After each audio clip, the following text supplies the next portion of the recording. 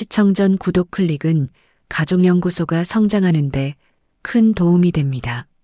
추석 연휴의 여운이 채 가시지 않은 화요일 오후 강말순의 휴대폰이 요란하게 울렸다. 72세의 말순은 거실에서 혼자 차를 마시며 드라마를 보고 있던 참이었다. 화면에 떠오른 이름을 보자 이미 한숨이 나왔다. 며느리 윤지. 어머니, 안녕하세요. 윤지의 목소리는 언제나처럼 겉으로는 정중했지만 말순의 귀에는 차가움이 묻어 있었다. 그래, 윤지야. 웬일이니? 어머니, 다음 주가 우리 아빠 칠순이잖아요. 벌써 말씀드렸는데 기억하고 계시죠? 말순은 눈썹을 찌푸렸다. 윤지가 우리 아빠라고 부르는 것은 자신의 아들 도연이었다. 친정아버지도 아닌 시아버지를 두고 우리 아빠라니. 겉으로는 다정해 보이지만 실제로는 자신을 철저히 배제시키는 표현이었다. 아, 그렇지. 기억하고 있어. 그런데 어머니, 큰일이에요. 친척들이랑 아빠 친구분들까지 다 오시기로 했거든요. 최소 35명은 될 것 같아요. 말순의 가슴이 먹먹해졌다. 35명의 잔치 음식을 누가 준비하라는 건지 뻔했다. 그래서? 어머니가 음식 준비해 주셔야죠. 당연히요. 어머니만큼 음식 솜씨 좋은 분이 어디 있어요? 게다가 시어머니가 직접 해주시면 얼마나 의미가 있겠어요. 윤지의 목소리에는 거절이라는 옵션은 애초에 존재하지 않았다. 마치 당연한 의무를 확인받는 것처럼 말했다. 윤지야, 35명 음식을 혼자 어떻게 해? 어머니가 메인으로 해주셔야 손님들이 좋아하시죠. 사실 저희가 업체에 맡기려고 했는데 시어머니가 안 해주시면 사람들이 뭐라고 할지.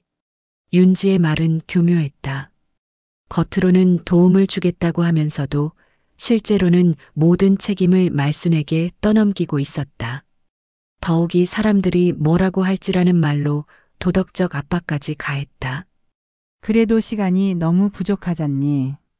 일주일밖에 안 남았는데. 시간은 충분해요. 어머니가 하시면 뚝딱 해내시잖아요. 저희가 믿고 있어요. 믿고 있다는 것은 강요의 다른 표현이었다. 말순은 핸드폰을 꽉 쥐었다. 음식비는? 아, 그거요? 어머니, 워낙 급하게 정해진 일이라 저희도 준비가. 일단 어머니가 해주시면 나중에 정산할게요. 나중에 정산이라는 말만큼 허무한 약속이 또 있을까? 말순은 지난 20년간 수없이 들어왔던 이 말을 또 들어야 했다. 윤지야, 그런데 나도 이제 나이가 있어서. 그런 말씀 마세요. 72세가 뭐 대단한 나이예요? 우리 친정엄마는 75세인데도 훨씬 정정하시거든요. 어머니는 아직 건강하시잖아요. 윤지는 말순의 나이를 무력화시켰다. 다른 사람과 비교하면서 말순의 어려움을 일축해버렸다. 그리고 어머니, 솔직히 말씀드리면 이런 큰 행사는 경험 있으신 분이 하셔야죠. 저는 아직 서툴러요. 만약 음식이 부족하거나 맛없으면 도연이 얼굴이 안 서죠. 윤지는 자신의 미숙함을 인정하는 척하면서도 실제로는 모든 책임과 부담을 말순에게 전가했다. 말순은 속이 끓어올랐다. 하지만 지금까지 늘 그래왔듯이 거절하기 어려운 상황으로 몰리고 있었다. 알겠다. 해볼게. 그러셔야죠. 역시 어머니밖에 없어요. 윤지의 목소리가 갑자기 밝아졌다. 목적을 달성한 후에 변하였다. 참, 어머니. 메뉴는 전통적인 걸로 해주세요. 갈비찜, 잡채, 북어국, 동그랑땡, 나물 여러 가지. 아, 그리고 케이크는 저희가 주문할 테니까 나머지는 다 어머니가. 메뉴까지 일방적으로 정해버렸다. 말순의 의견은 묻지도 않았다. 그럼 어머니, 고생 많이 하세요. 전화가 끊기자 말순은 한참 동안 핸드폰을 들고 있었다. 손이 떨렸다. 분노인지 허탈함인지 구분이 안 되는 감정이 밀려왔다. 다음 날부터 말순의 고단한 준비가 시작됐다. 장보기부터가 만만치 않았다.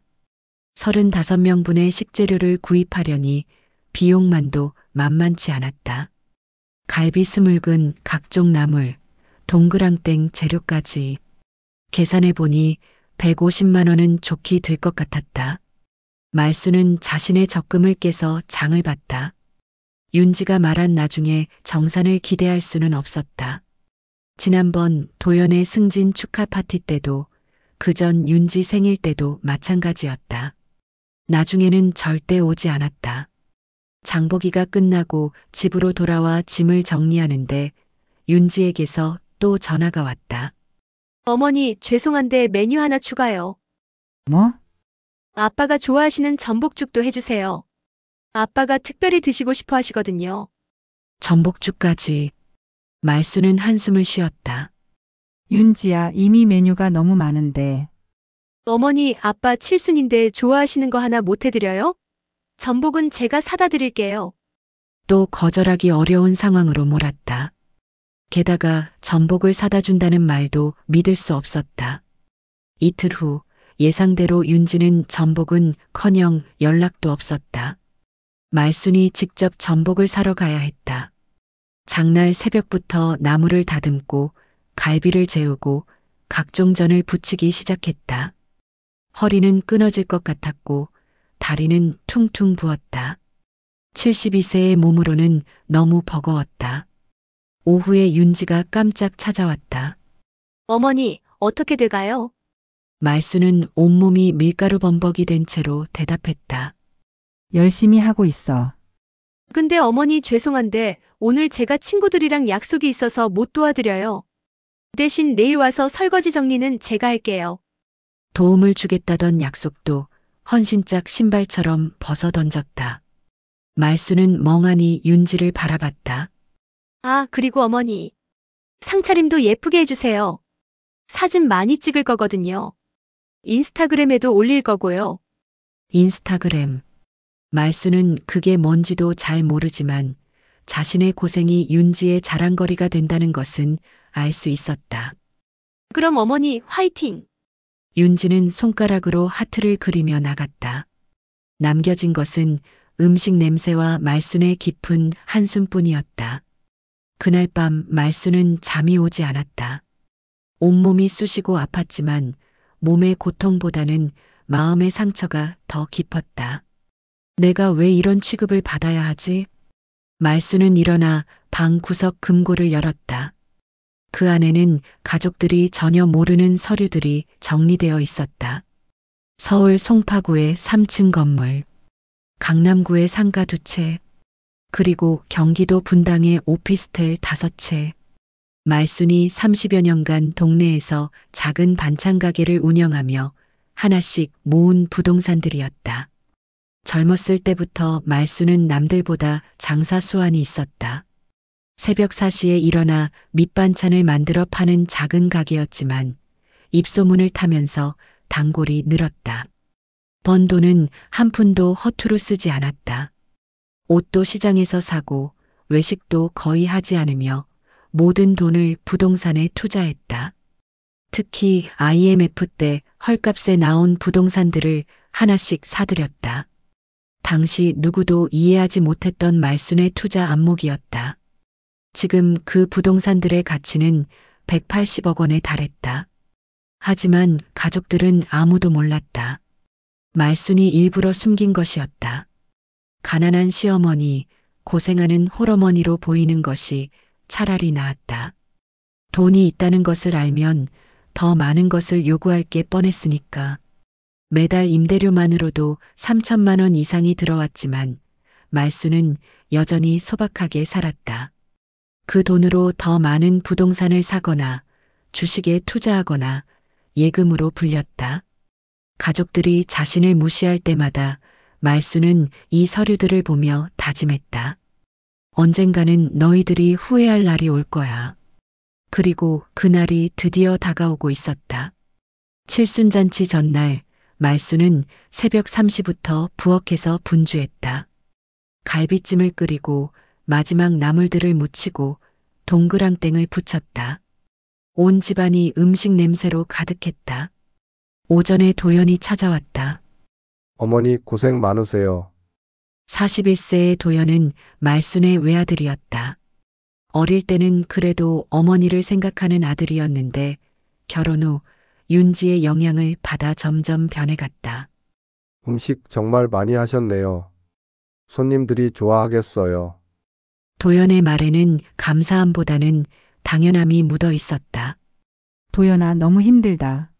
어머니, 내일부터는 쉬시면 돼요. 쉬시면 된다는 말이 공허했다. 언제나 내일이면 또 다른 일들이 기다리고 있을 테니까.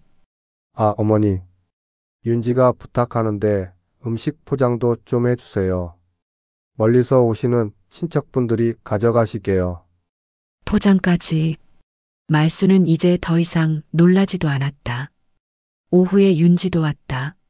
하지만 도움을 주러 온 것이 아니라 간섭을 하러 온 것이었다. 어머니, 잡채간이 좀 싱거운 것 같아요. 소금 좀 더 넣어주세요. 갈비찜은 좀 더 달콤하게 해주시면 어떨까요? 아이들도 올 거거든요. 북어국 색깔이 좀 연한 것 같은데 국간장 더 넣어주세요.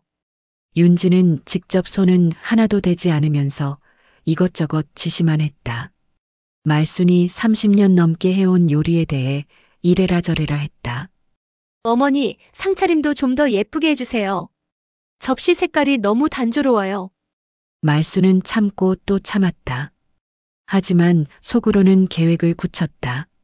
칠순잔치 당일 아침 말수는 평소보다 일찍 일어났다. 하지만 이상하게도 마음이 차분했다. 지난 며칠간의 분노와 억울함이 오히려 명료한 결심으로 바뀌었다. 오전 10시 손님들이 오기 전 말수는 중요한 전화를 걸었다. 여보세요, 김 변호사님. 강말순입니다. 오늘 오셔야 할 일이 있습니다. 30년간 말순의 부동산 업무를 담당해온 김 변호사는 놀란 목소리로 대답했다. 오늘이요?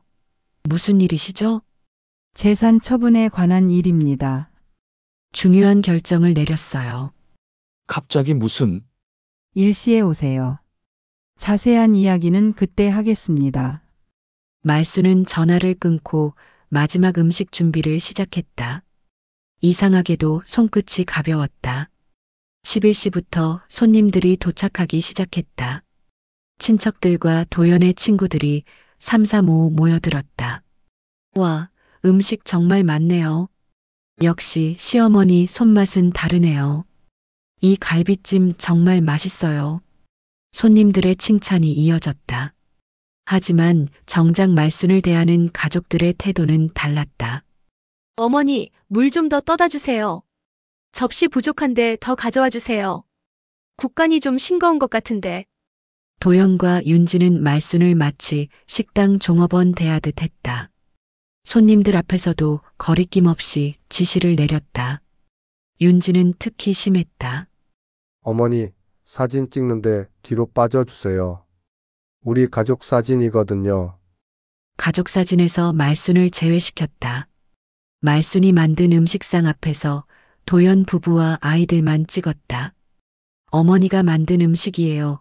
윤지는 SNS에 올릴 사진을 찍으며 말했다. 하지만 말순은 사진 어디에도 없었다. 오후 1시 김 변호사가 도착했다. 50대 중반의 김 변호사는 30년간 말순과 함께 일해온 믿을 만한 사람이었다. 변호사님 오셨네요. 도연이 인사했다. 가족의 변호사인 줄 알았지만 실상은 달랐다. 도현 씨, 오늘 어머님께서 중요한 발표를 하신다고 하네요. 무슨 발표요? 이때 말순이 나타났다. 평소와 다른 단호한 표정이었다. 잠시만 다들 여기로 모여주세요. 말순의 목소리에 힘이 있었다.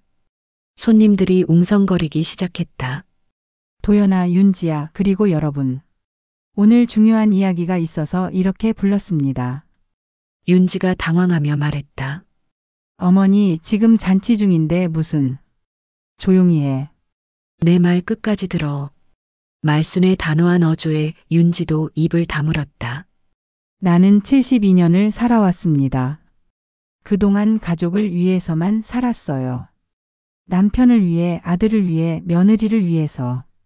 말순의 목소리가 점점 커졌다. 하지만 나를 위해 산 적은 한 번도 없었습니다.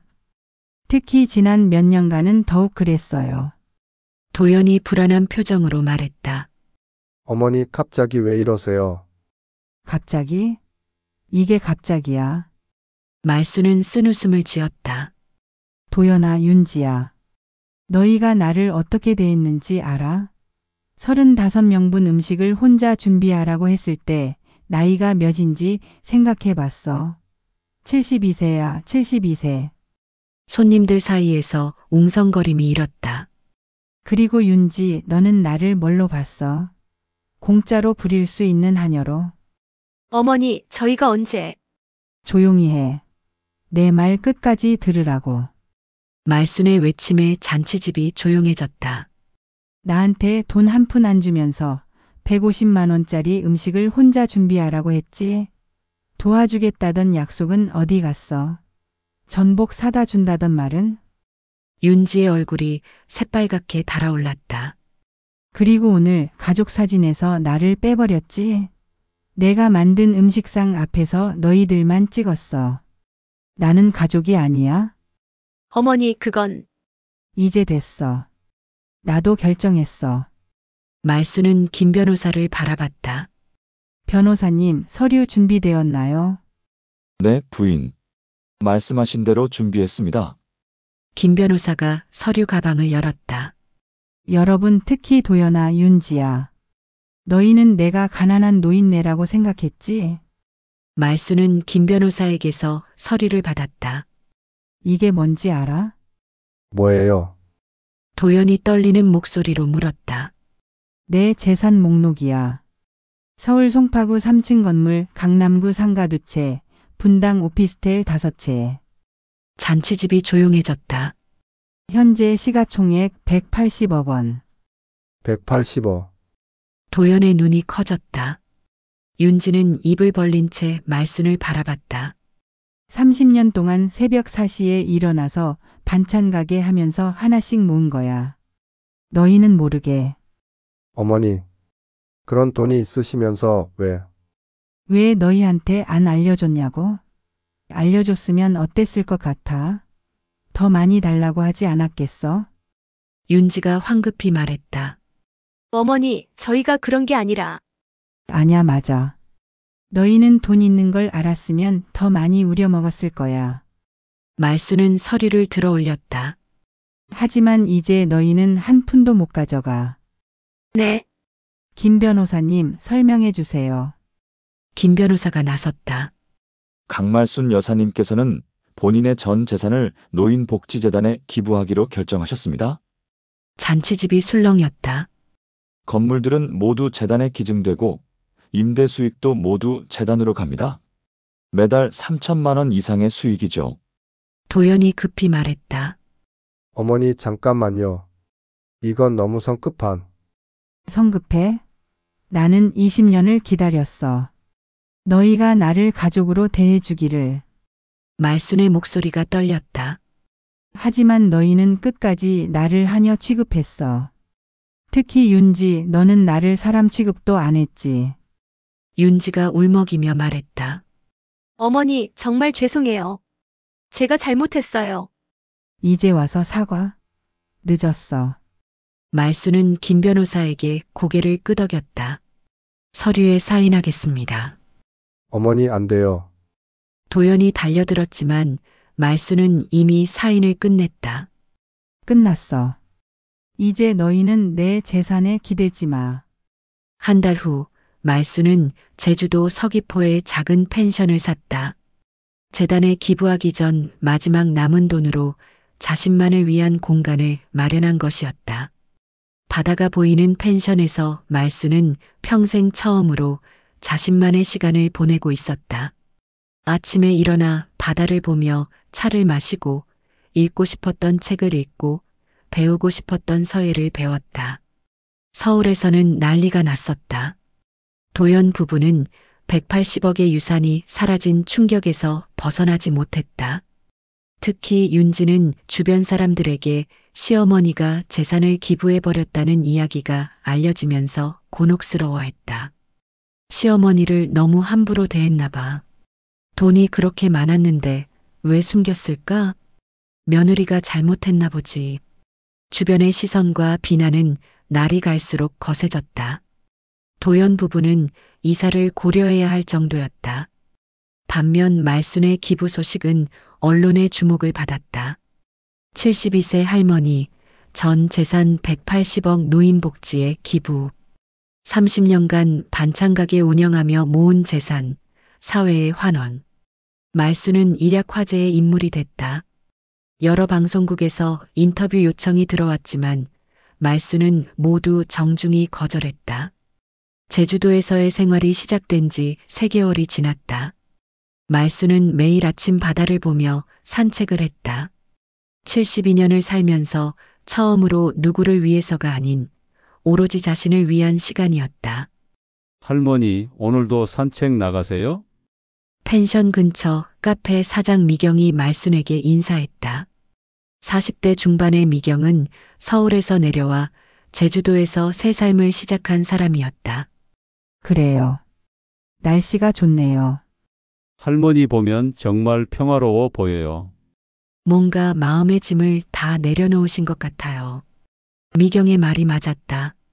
말순은 정말로 평화로웠다.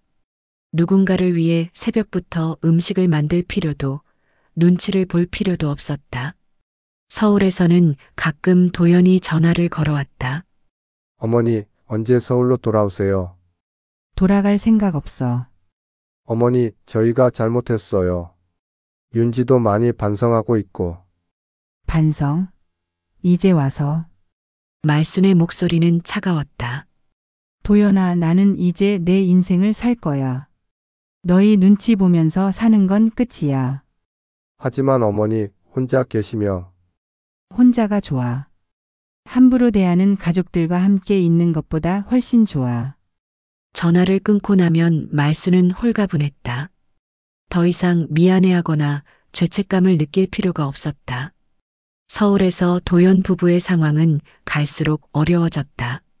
말순의 기부 소식이 동네에 알려지면서 주변 시선이 차가워졌다. 윤지야, 시어머니가 돈이 그렇게 많으셨다면서? 동네 주민들의 시선이 따가웠다. 180억을 기부하시다니.